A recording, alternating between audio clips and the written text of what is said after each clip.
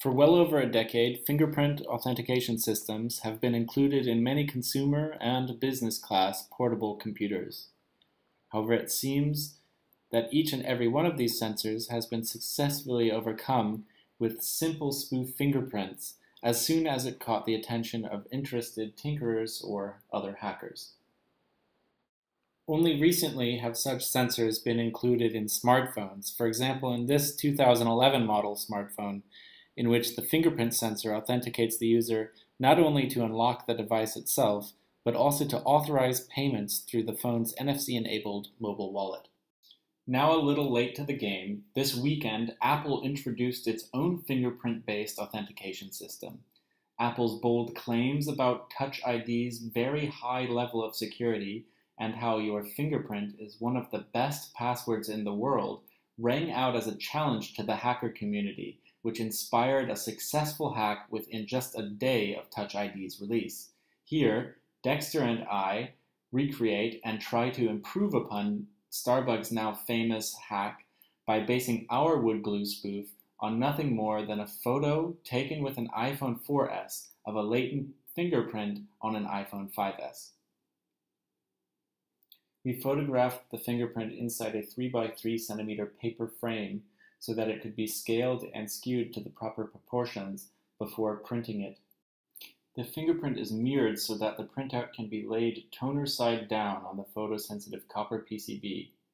It is made black and white using gradation curves and threshold, and areas of the print are retouched as required. Since our latent print is naturally somewhat white, there is no need to invert the image. It is printed on translucent paper using black toner, which blocks the UV light from the photosensitive PCB.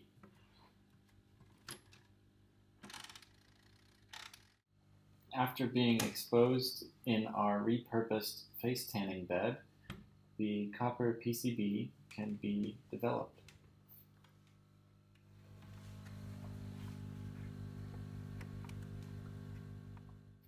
After just a few moments, the developed fingerprint begins to appear.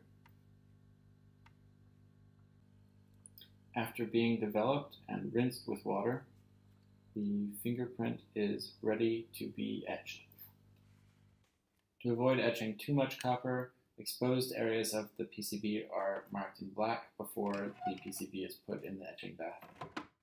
After etching, the fingerprint ridges have been etched away and the copper mold is complete. The copper mold is sprayed with graphite spray to lubricate it, as well as to provide favorable capacitive properties of our wood glue fingerprint spoof.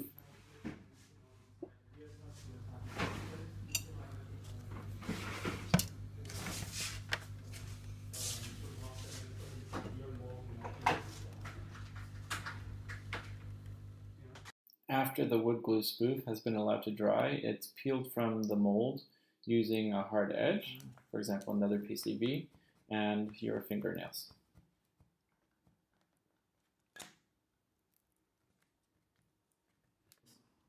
After the spoof finger is ready, the victim can be attacked. Here the victim is enrolling his finger in the phone. He needs to move it around a little bit more before the phone likes it. And when he's done with the first enrollment process, the phone asks him to enroll the edges of his fingers as well. He proceeds to do so, giving the phone as much information as it requires to make for a secure and convenient fingerprint. Finger 1 is enrolled in the phone. First time it needs to be opened with a passcode. Home screen. Now it can be unlocked using the enrolled finger. Okay. Und locken. The attacker passes the camera to the victim, takes his spoof, and holds it to the fingerprint sensor. First time works like a charm. Let's try it again. Second time works as well. Maybe anything works. Pointer finger doesn't work. Spoof works again.